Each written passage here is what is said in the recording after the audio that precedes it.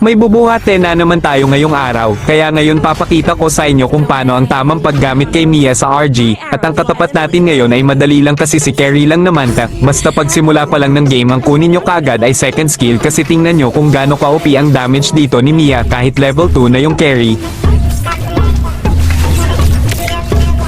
Di ba sabi ko naman sa inyo basta wag nyo ding kalimutang kunin yung gold sa tower kasi malaking tulong yun para makalamang ka kagad sa katapat mo.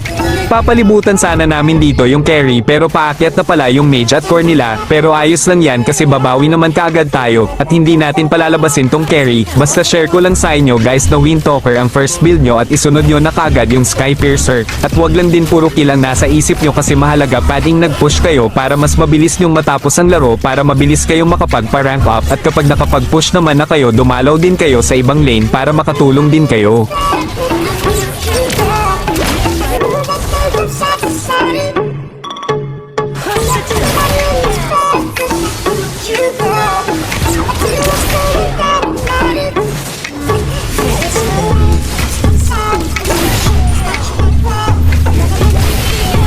Seven minutes pa lang ay naka-maniac na kagad tayo kasi ganyan kalakas si WannaFly, tapos dito mataas na kagad yung stock natin sa Skypiercer kasi siya yung second build ko, tapos eto ipapakita ko sa inyo na kapag ganyan na ang build nyo ay kayang-kaya nyo ng makipagbalagbagan yan, kaya dito panoorin nyo na lang kung paano ang galawan ng isang WannaFly na top global Philippines dito sa Barangay Street namin.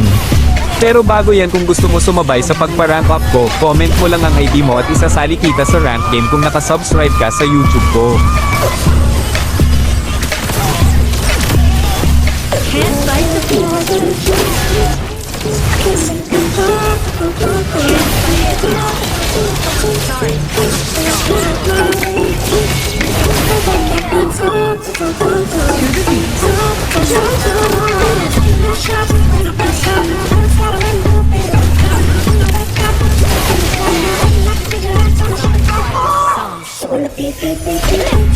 Sorry.